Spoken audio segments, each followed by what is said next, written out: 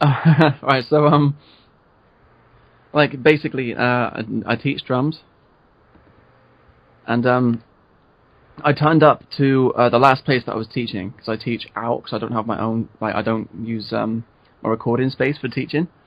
Um, so basically, I turned up to the house and I was supposed to be teaching the dad and his son for like an hour, and what ended up happening is that 15 minutes prior, they actually like contracted like this stomach bug, and it's just it's just going around. And because they didn't see it coming, they couldn't give me the notice. So I turned up. They said they couldn't do the lesson, and because there's no notice, I was paid for it anyway. So just like fuck it, I'll make some food, get paid for it. Oh, Yeah, I think. Yeah, I think I read somewhere. I'm not sure where I read it, but didn't you say that you? Well, you said it right now that you teach drumming, right? yeah. Like at a place, like a city place, or like at a school, or. It's 3 different schools, and I teach privately as well. So that covers basically all the students that leave the school when they're old enough and they want to like continue getting lessons. Just travel to their house and stuff. So you teach in 3 schools? Yep. Well, I mean, like, are they like? I think it's secondary school in the UK. I think. They're primary schools, which I guess is elementary. Yeah. Oh, all right. So it's that kind of level. But a few of my students that have finished will be in secondary school now, or high school or whatever. Yeah, I think isn't it primary, elementary, secondary, middle school, and preparatory high school? All right, I see. You got a lot more categories. Basically, we've got what is it? I actually don't know. It's like ARB first of all, like reception, and then it's primary, secondary, sixth form, then university. All right, because yeah, the classifications are like a lot more. Oh, in Mexico they have that too. Primary is elementary, secondary is middle school, and preparatory is high school. Oh, I see. Okay, gotcha. Yeah. This is the question that I don't know why I put this at number 1 spot, but I really want to know what happened to Cherry Falls. Okay, so basically, if I remember correctly, they're just it's your bog standard like band dispute kind of thing. Like our guitarist, who I'm still in a band with at the moment, in a band called Phoenix now, and it's basically the same band. We've got a different singer. There was just a huge sort of like every time we turn out to practice, they just like wobble. Like the guitarist and like Chelsea really didn't like him, and he didn't really like Chelsea at all. So it's kind of like, yeah, she just decided she had enough, and then we thought, fuck it. So it's like the same band except a different singer. Yeah, and name, yeah. And as it turns out, she's about to leave as well. But that's not because of band disputes. We actually got on really well. She's just like, she's got kids. She's a bit older. Chelsea? Chelsea? No. This is somebody else. This is somebody who is another local singer, and she's flipping awesome as well. I'd give her a plug, but the only thing I know about her radio station is that she's called Sarah Q. So I reckon you could probably do a search for that, and then Sarah Q would like turn up at like local Plymouth radio stations and stuff. But she's got a great voice. But yeah, she's leaving the band. We're actually trying to find a new singer at the moment because Sarah needs to look after her kids and find time to do that. Is Sarah with like an H at the end, or just Sarah with an A at the end? AH. AH? Okay. Yeah, and then Q. For her, like, I guess radio persona. Yeah. So yeah, in a nutshell, that's basically what happened with Cherry Falls. It's kind of like just huge, like, band disputes, and I don't know. And I guess like I've known some of these musicians for like years, and when you get to know somebody like that, you realize that at the start, when they start quabbling, you think like, oh fuck, there's another like prima donna, there's another drama queen. But then you also figure out later on that there's certain people who bring that characteristic out of a person. So like, I don't know, it's the band dynamic didn't really work, and these people who I've worked with for ages just had the worst brought out of them just through these relationships, and dysfunctional they were, I suppose. It's interesting being in a band. So the next question I have, you had Chelsea on your Passenger cover as a guest vocalist. Yeah. Mm-hmm. Like, do you have another guest again in the future? Do you plan to?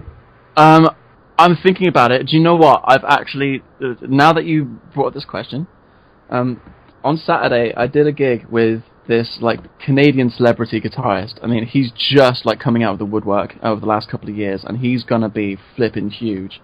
He's the next Paul Gilbert. He's the next Steve Vai or Joe Satriani, and his name is Nick Johnston, and he's such a dude as well. But I mean, if he has any time in his schedule, I'd love for him to like guest a solo. Or I might even be tempted to like do a full band cover of one of his tracks, and then he just like does the solo over it or something. I would love for that. If not, I think there's a girl who I kind of like wanted to. We've messaged sort of back and forth a little bit, a very tiny bit, maybe about a year ago. And I wanted to keep her in the works just in case I wanted to do a cover of Arch Enemy.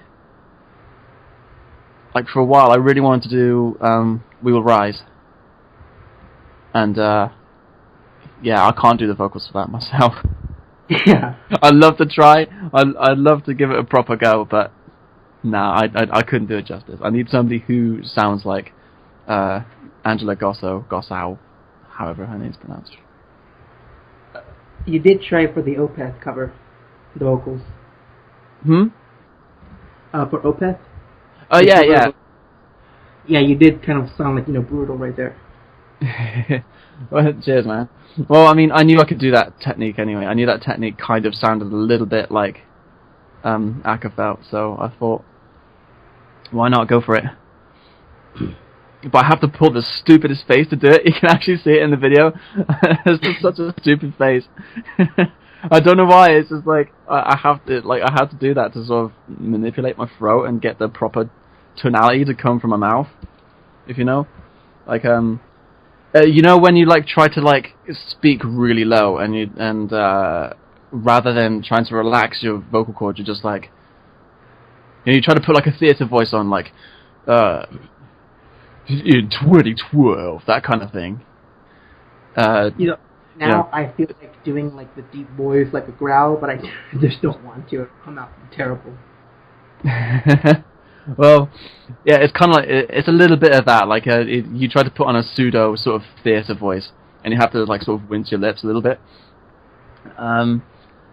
Yeah, you end up with like different tonalities, and it sounds different, and then you add a growl to that, and a bit of like nasal or whatever, and you come out with, well, what I do in the Opeth cover. I'm sure Ackerfeld doesn't have to try so hard to do that because he's just got like a naturally low voice. Who, me? No, Ackerfeld. Yeah, Opeth singer. Yeah.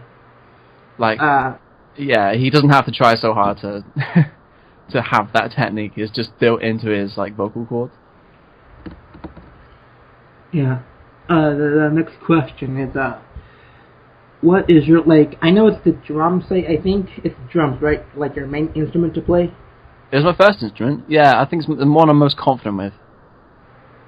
Yeah, like you play the major three instruments, guitar, bass, and drums. Yeah. Out of the three, just like your best or the favorite one to play? I'd say drums, just because it's the one I'm technically most proficient at. Like, guitar and bass, I'm not that great a player, in my opinion. especially like comparing the skill level to what I can do on a drum kit. But I don't know, guitars and bass are more like a songwriting tool. I feel like it's I took guitar lessons for about 5 years, learning things like I know Yngwie Malmsteen and Megadeth and Dream Theater and stuff like that.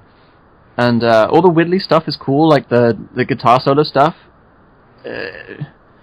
It's kind of fun to a degree, and then I just got really bored of it.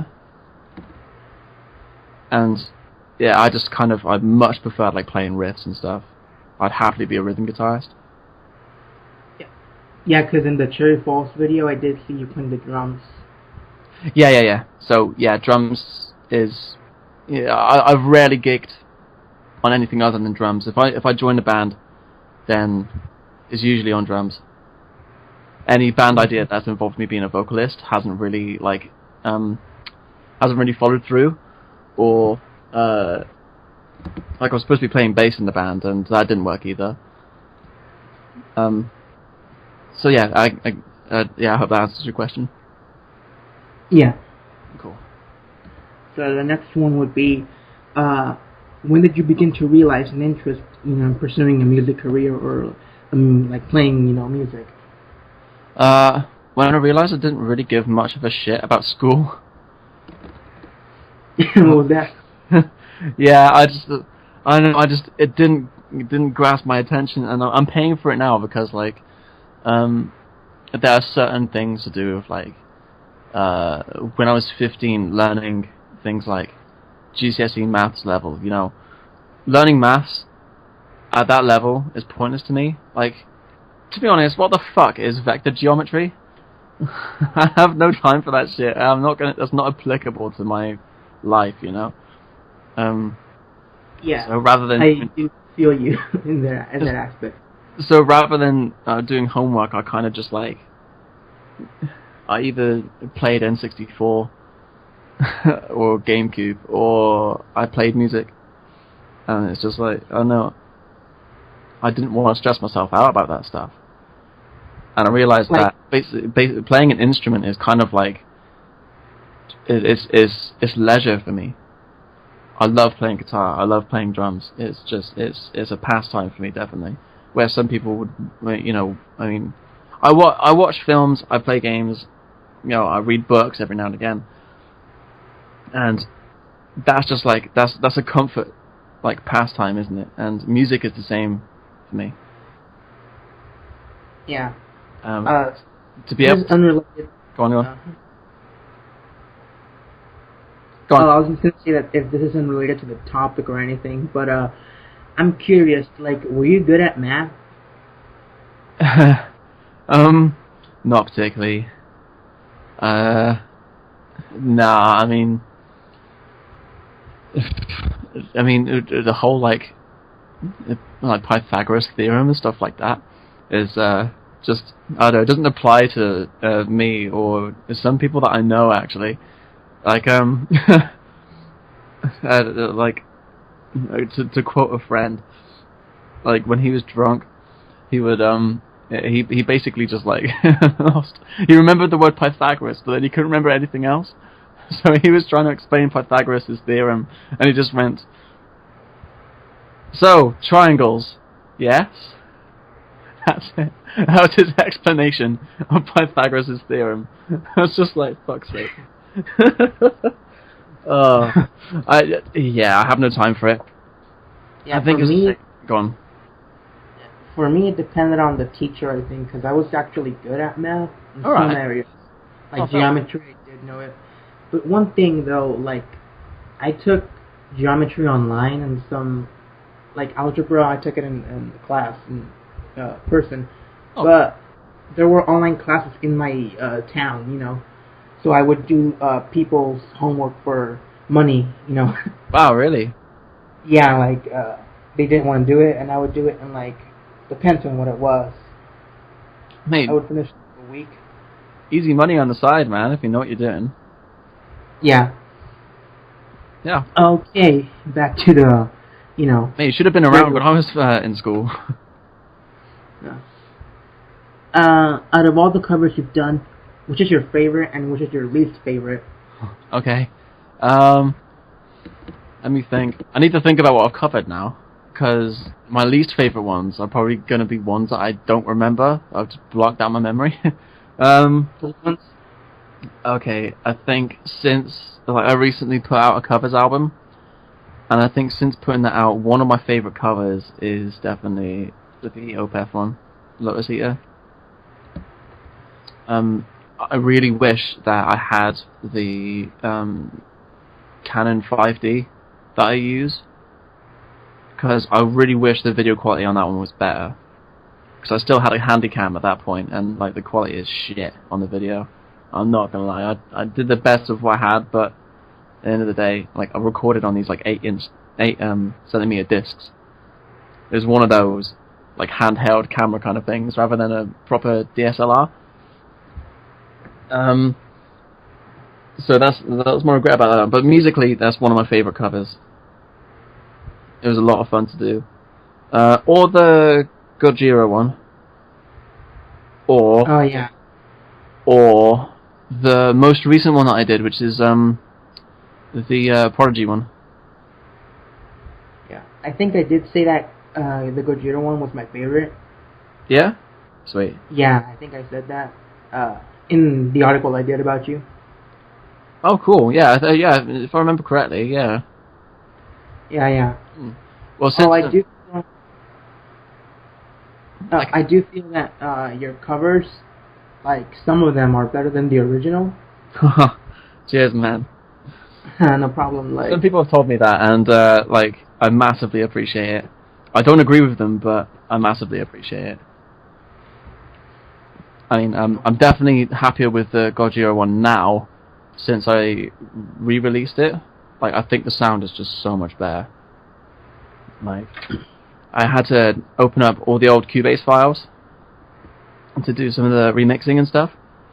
And some of the techniques I used like 2 or 3 years ago are absolutely shocking. Like, I actually offended myself. So, yeah, I think since then, it's gone away. Which I couldn't feel that working with what you have. Huh? Oh, you had to work with what you had at that time, you know. Okay, well, I still got the same equipment now. It's just I know how to use it better. Yeah, that's the thing. You have to know how to use your equipment. Yeah, definitely. It's definitely a learning process, having to record onto the DAWs and stuff. Yeah, like I'm using some stuff, not like music, but like video editing and all that. Yeah, that's a learning process too. Like, do you use After Effects? I don't have Adobe right now. Ah, right. Well, using After Effects. Go on. I mainly use Sony Vegas Pro. Oh, right, yeah, I use Sony Vegas Home Studio? Vegas Movie Studio HD. Like the cheaper one. I use that one to edit my videos. And one of the hardest things to figure out was how to put a split screen on down the middle. Yeah, I think I did do that once, practicing a cloning effect. Yeah, it's like it's just like 2 things happening, one on the left and one on the right, and it's such a, I don't know, they made it such a complicated process to try and sort that out. Yeah. But apart from that, it's pretty easy to use. But After Effects, when you want to put animations and stuff, and what's it called, keyframing. When you want to do certain things with that, you pretty much have to use either Premiere or After Effects, and Adobe definitely takes quite a lot of getting used to. Yeah, I did try out Premiere, but whatever. Yeah. So the next question, some time ago there was an article about you in this Spanish website called Taringa. Oh, right, yeah. Remember that one? Long. I think, was it Spanish? Yeah, it's Spanish. I remember that there was one by somebody who I think was I remember that one too. I remember her name was Katerina, and she did an article on me, and I think that was the first article that was ever written on me. It was really nice. Is that one that you're talking about? Yeah, they're like old articles, I think. Like, well, not really old, but like 3 years, 2 years old, I think. I think I know the one that you're talking about. Oh, I'm not. I can link it to you. I can try to find it if you want to. What was it? Tor. T-A-R. The T-A-R. I-N-G-A. G-A. I-N-G-A, yeah. Taringa. Yeah, I guess. Taringa. Okay, so Taringa, I guess I'll just... Taringa. Right, yeah, Taringa. Oh, right, I see. Yeah. I tell you what, I've not seen this. You didn't see that? I don't think I've seen this. I saw it. You can see my name in the comments below, actually. Oh, was it linked to my Facebook wall? I think I did. I'm not sure if I did it, but yeah, I think I did. I commented on that one. You can obviously know what my username is. Yeah. Oh, that's cool though. Yeah. Sweet. And you know. Yeah, I'm looking at it right now. It's awesome.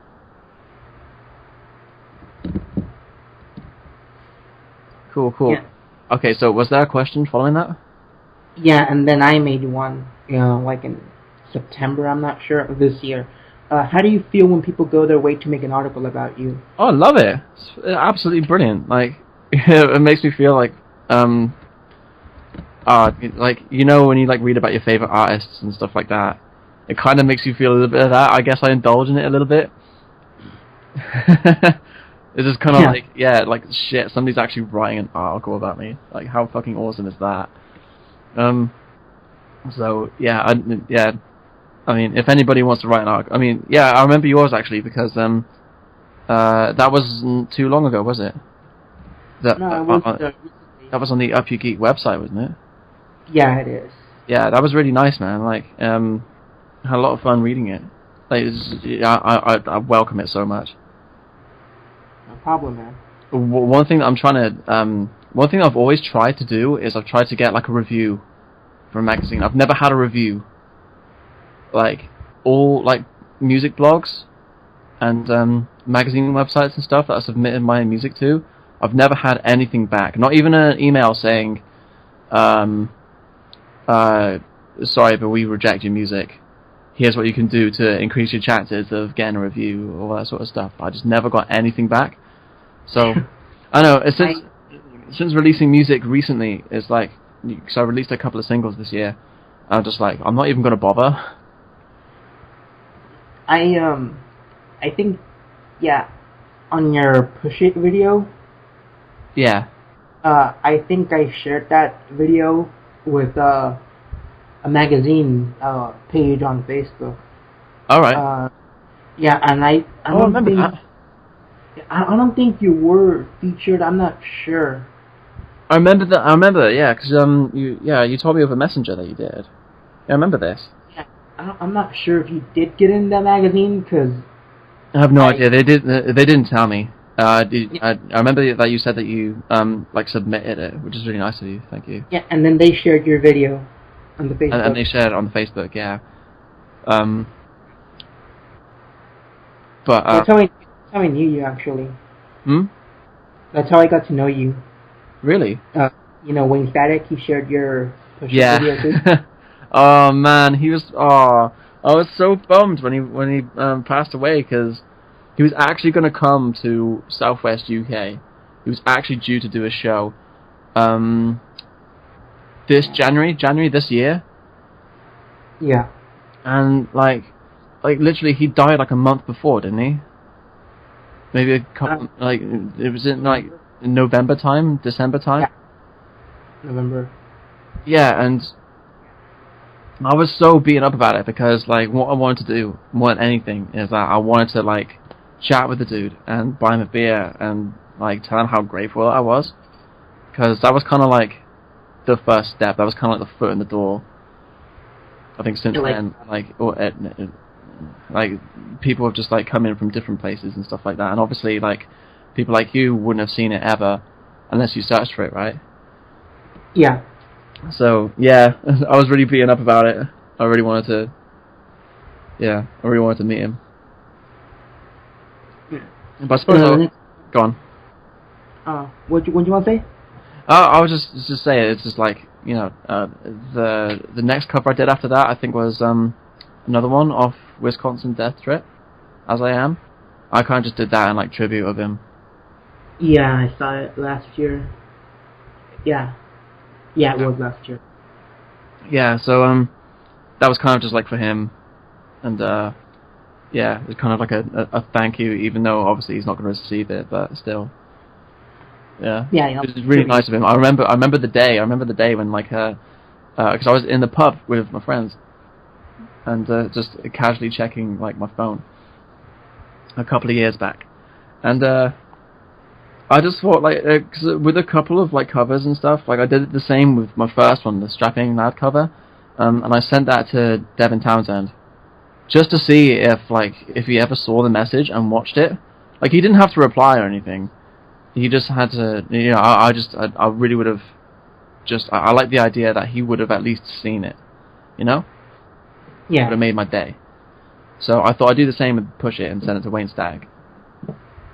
And there's one cover that I really like. My favorite song from Wisconsin Death Trip is I'm With Stupid. Yeah, it's a great song. Yeah, and I really would one day want to hear your version of it.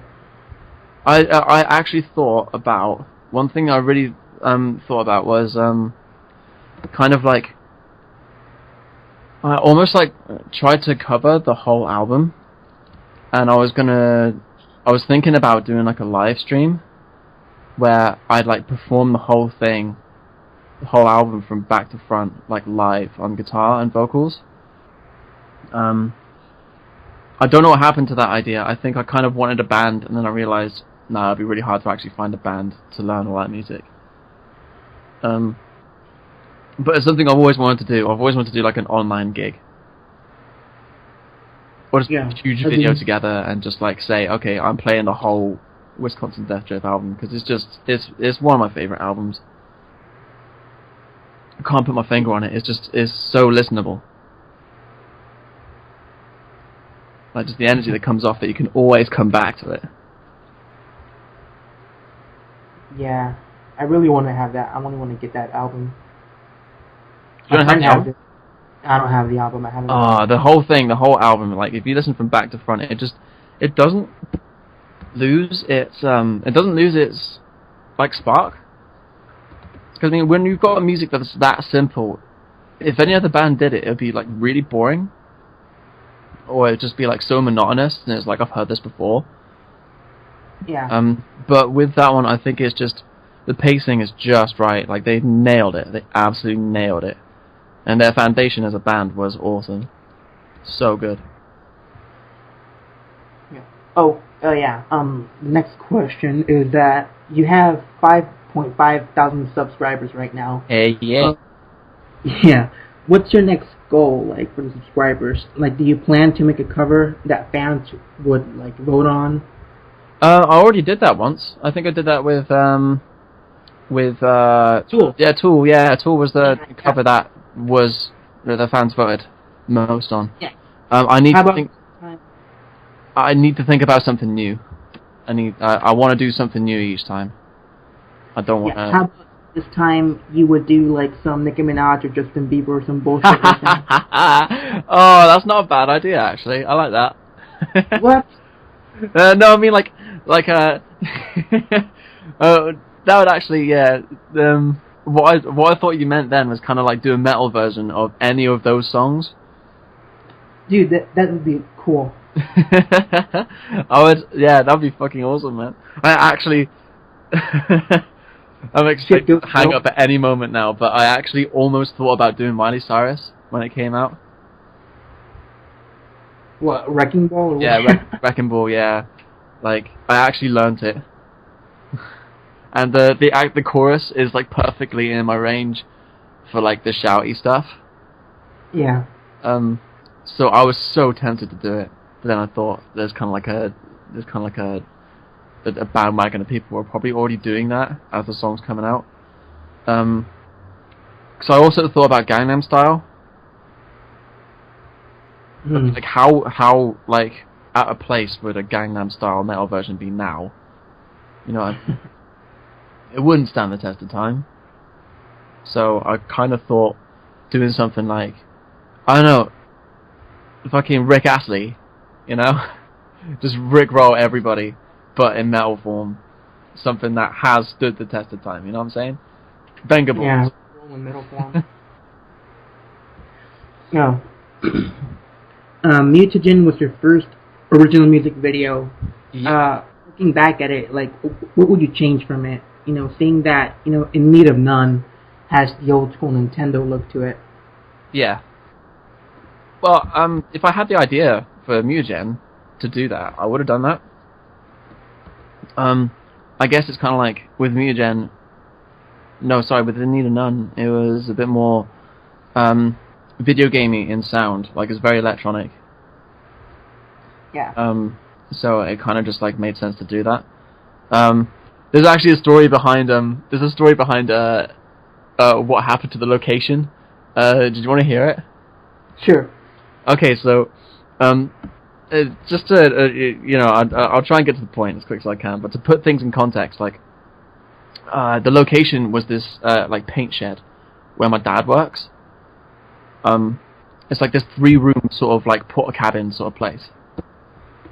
And the paint shed was at the back, and it was bare. It wasn't being used, and there was like paint all over the walls, and it's like really grubby. And I thought this is a great backdrop for a music video if we could just like board up the windows and get some stuff going. So we filmed the music video, did all the green screen and stuff. I think there's a video about it on YouTube about like the making of. And one thing that I did in the editing for the music video is that at some point it goes all black, as if it's like embers and like burning and stuff, or at least that's the effect I was trying to go for it. And do you know what's happened to the place? What? It fucking burned down. Absolutely mental. Like, when? Like literally a couple of weeks ago. Actually, like a couple of weeks ago. I don't know why I haven't documented this yet, but seriously, somebody parked a caravan near it because like it's near a site of like flats. It's like a big block of flats, and then there's this porta cabin. So somebody turned up with like a caravan and had kerosene or something in it, and something just happened, like a gas light went off in the oven or something like that in the place, and it just lit. Like this caravan was fucked, and because of the wind, the porta cabin caught fire as well. And the frame was still sort of there. You could still walk inside it, but everything inside it was just burned. It was ash. I got photos of it, and the fucking weirdest thing was like the paint shed bit actually looks exactly. Well, given that there's a lot more stuff that's like burned in the shot, it looks pretty much exactly like what it looked like in the music video. So weird, so weird. Like like I kind of feel bad. I feel like it was my fault. You cursed it. Yeah. Oh, that's so weird. Sorry, what was the question again? It was the Mutagen music video. That's it. So yeah. Well, the Mutagen music video, that was actually in the garage where I've recorded most of my videos. I just decided to make the floor black, have this like textured roll of material. I made all the walls red and stuff, and I thought, to be honest, I'm actually quite happy with that video. I had my friend Josiah do a few like dynamic shots and stuff. I mean, the camera work is a lot better in that one, in my opinion, than it is in Need of None. Because in Need of None, it needed to be green screened to make the characters and instruments 8-bit. Yeah. So the cameras had to be still for that. Whereas in Mutagen, the camera's more dynamic and they zoom and they like they shake and stuff. And I think that it was just a nice, simple idea, and it was quite cheap to do. So, and the kind of red and black thing kind of like suited the style of the art as well, the artwork. So, to be honest, I wouldn't really change that much. It'd be cool to do a music video in a cave. Do it in the down building. Huh? Do it, like where you filmed in Need of None, and that burned down. I'd love to. I actually thought about like just doing another one, just in there. But the thing is, there are tenants living in the flats nearby and stuff, and it was hard enough trying to organize time to like record drums to not disturb them. And when there's no walls or windows anymore, it's like everything's just bare, and I wouldn't get away with that. Yeah.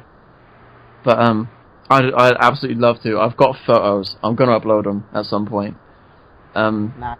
And it's just, it looks so cool. Yeah. Posted like the lyrics to Mutagen as well. Oh yeah. Yeah. Cool. Thanks. No problem. The next question is just for shits and giggles. Go on. How do you feel being compared to the looks of Drake Bell? I've never watched Drake and Josh. I've never ever watched it. That's you that said that, isn't it? Who? Was it you who said that? I remember the YouTube comment. I said like you kind of look like Drake Bell. Yeah, and other people also. I'm not sure if anyone else has told you that. I get compared to Ashton Kutcher more. Like a lot of people, particularly on the first cover I did of Strapping Lad. Like, yeah, I get compared to him a lot more. Or, what's the guy? Have you ever seen Peep Show? Peep Show? Yeah, it's a British sitcom. Ah. There's a character in like series 7 or something. Matthew Baton, that's the one. Matthew Baton. I've been compared to Matthew Baton as well. Yeah, I think that's a name that only British people will know, I suppose. For people who might be listening in the UK, he plays Simon in Peep Show. And I think he's like in Horrible Histories or something. Yeah, yeah. But I think there's only one person I think who has ever compared me to Drake Bell. I don't think it's just me. No? No. Fair one. Like, that was the first person that came into my mind. Fair enough. I know, I guess I looked a lot more like him back then. I got a little bit of facial hair on my face now. So I guess that kind of like makes it a little bit more. Also, flipping Grimm, which is another it's a British drama based on the Brothers Grimm tales. There's a dude in there who I apparently look like as well. I don't know. Oh. How do I like being compared to him though? Drake Bell. What's the guy like? What's he like as a character? I'm not sure how he is like, like in person. But I mean as a character. Like comical, funny. Okay, because the people who think I look like Ashton Kutcher also assume that I'm a prick like Ashton Kutcher. Those aren't my words. I actually think he's a decent guy, but I know a lot of people who don't like him, and I get stick because they think that I'm an asshole. And I guess on some grounds I am, but still, not because I look like the dude. The next question is, when we'll be seeing like another cover, another original song, like another LP release or something? The last was 4 months ago, I think. Yeah, I mean, I know it's been really, really like busy. About last month-ish, I just finished doing the covers album and stuff, and like all my time was spent on mixing and mastering that, so just so I could get it out. Yeah. And recently was the Nick Johnston gig. So now, at the moment, my plan is to make this thing. It's called a gent stick. Like, you know what a gent is, right? Yeah. Yeah. So people are starting to like make these instruments that is just like literally a fucking like a 2x4, like a block of wood with one string on it, with one like 80 gauge bass string, and just putting a pickup at the bottom. And just playing like single string gent riffs on it. And to be honest, like I've seen some incredible videos. There was this one guy who did it with a broom. Like he fucking like nailed a bass string to a broom, stuck a pickup on it. Took about 20 minutes or something like that, and he actually managed to get it to play like a Meshuggah song or something. It sounded so weird. And at the end of the video, he just like starts sweeping the floor with it. Gent stick. So at the moment I'm going to be making one of those, and yeah, that's basically replacing my need for 8 or 7 string guitar. So the next cover I'm hoping will be something like Meshuggah. Like that's the plan. Any lead stuff I can do with the Ibanez that I got, but for the low riffs and stuff, I can't really afford to buy a new guitar, so I'm going to make a gent stick, and play the rest of that, see how it turns out. Yeah.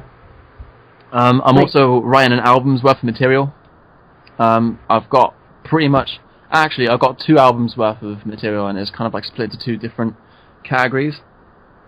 One of them's a lot darker, and another one's a lot more positive. And I think I've already got an album cover in mind. I don't have much lyrical content yet, but sometime next year I'm going to be releasing a full album. Nice. Yep. And it's going to be in the vein of like there's going to be a lot of Static X influences, Fear Factory, a bit of Incubus as well, just like the raw kind of alt metal kind of vibe to it. Yeah. There's going to be a lot of that. Yeah. Yeah, you already did a Fear Factory cover, right? What's that? You already did a Fear Factory cover? Yeah, ages ago. Cyberwaste. Yeah, you sounded brutal in that one too. Cheers, man.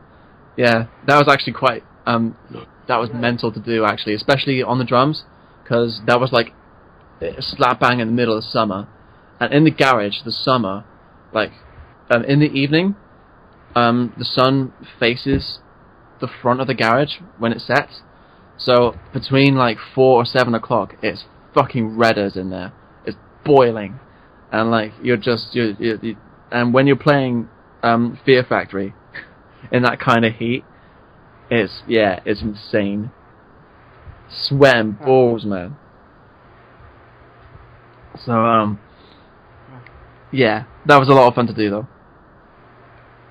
Yeah, like this whole like clip, this whole whatever recording, this is all like the interview. Like, cause the last time we did like an interview, it was 2 people. One was like an aspiring filmmaker, and the other one was an aspiring artist as well. Okay. But like they were like, we had a podcast, right? And they were in there, and while we were talking, we like interviewed them with questions sometimes. But this whole thing was like, just like more personal, Yeah. Yeah. Especially since last time there was someone else with me. Yeah. That sounds cool. Like you could just really like bounce ideas off each other. Yeah. I like talking to people about like inspiration stuff. Yeah. We're like 45 minutes in. Yeah, I know, right? Like I'll just ask one more thing, before we go, because far away. I'm not sure why I want to ask this, but it's more like on a personal like thing that happened to me and some other people. Okay, the record is 4 inches wide. Like like they want to be something that their parents don't really like want to support or something. Like their parents want them to be this or that. Okay. Like Like, did your parents ever support you with, music and everything? Did they buy you, like, Yeah, absolutely. I mean, the garage is actually where my dad used to work. He has his own company in aerial filming and stuff, and he used to work in the garage. So basically, I managed to, I was lucky enough to have that. Yeah, I'm just asking because, I also have some things of myself that I would like to do that aren't really, I'm not out and be open about it or doing much about it. So the call dropped, and it said it was recording, but it wasn't recording actually. Even though the timer was still on there, I don't know what happened. Anyways, there was only like 5 minutes left after it dropped and it stopped recording. And like we spent like 1 minute saying that, oh, the call dropped, and like, oh, it's still recording, it says here, but it basically said in a nutshell that that teaching like music is more his passion, like that's what he's going for. Like for Christmas he got, like, instead of a PS3 or like an Xbox or something, he would get, like cymbals and musical gear and all that. And I didn't actually record like the last minute and a half. So instead of boring you with this, I'll just go ahead and, crank out the last minute and a half. Here you go. My neighbors about it. Apparently they can't hear much, but I reckon that's a lie. Yeah. So like teaching like music or what's that? Teaching music at schools, or like being a teacher. What about teaching? Like, do you like want to teach music? Is that, like, what I'm asking? Oh, as opposed to teaching drums. Like teaching, well, drums, or that's what you meant, right? Teaching how to people how to play instruments. Yeah. So yeah, my job is I'm a drum teacher. Yeah. So as opposed to like a actual like music teacher that teaches a class, it's like a more one-on-one kind of thing. Yeah. I don't know why, but at some point I didn't want to be a teacher. I don't know why. To be honest, I don't want to be a teacher. Yeah, me neither. Well, you do it too. So yeah, it's like almost 1 hour in, which is incredible. What's that, sorry? Oh, it's like 1 hour in, almost. Yeah, almost. Right. Cool. It's been cool. It's been great, man. Yeah, mate. It's been fun talking. Yeah. Good stuff. I hope you got everything you need. Yeah, I hope so too. I'll post the video later on. It's like 9 p.m. right where you are. Yeah. Yeah. So like maybe in the morning it'll be there. Your time, actually. Oh, sweet. Yeah. Really? Sweet, man. Awesome. Right. Well. Enjoy the rest of your night then, mate. You too, man. Alright. Catch you later, man. Bye. Cheers.